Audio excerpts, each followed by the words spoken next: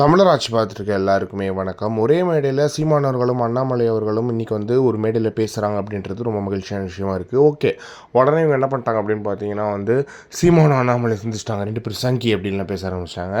ஆனால் சீமான் செஞ்ச சம்பவமே வேறையாக இருக்குது. என்ன பண்ணிட்டார் அப்படின்னு பார்த்தீங்கன்னா, அந்த ஸ்டேஜில் ஏறினதுலேருந்து பிஜேபியை வச்சு செய்கிறார் சீமான் அவர்கள் அப்படின்றது ஒன்று இருக்குது.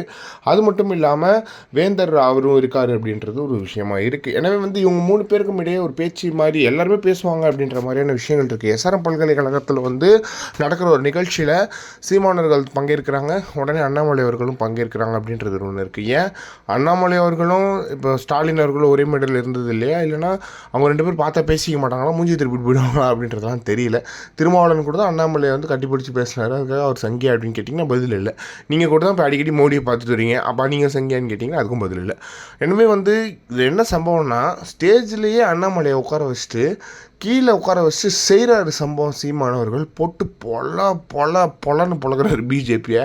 இந்த தைரியம் இருக்கு இல்லையா, அது ஸ்டாலினுக்கும் உதயநிதி ஸ்டாலினுக்கும் சுட்டு போட்டாலும் வராது அப்படின்றதுல எந்த ஒரு மாற்றமே கிடையாது. அவங்கள நேரடியாக நேருக்கு நேராக வச்சு சம்பவம் பண்ணணும். நேராக பார்க்கும்போது வெள்ளைக்கொடையை விரிக்கிறது சிரிக்கிறதுன்னு பண்ணாமல், நேராக பார்த்தாலும் இல்லை இதெல்லாம் இது இப்படி தான், உங்கள் பிரச்சனை இதுதான், என் பிரச்சனை இதுதான் அப்படின்னு சொல்கிறதுக்கான தைரியம் சீமானவர்களுக்கு மட்டும்தான் இருக்குது அப்படின்றதுல எந்த ஒரு மாற்றமே கிடையாது.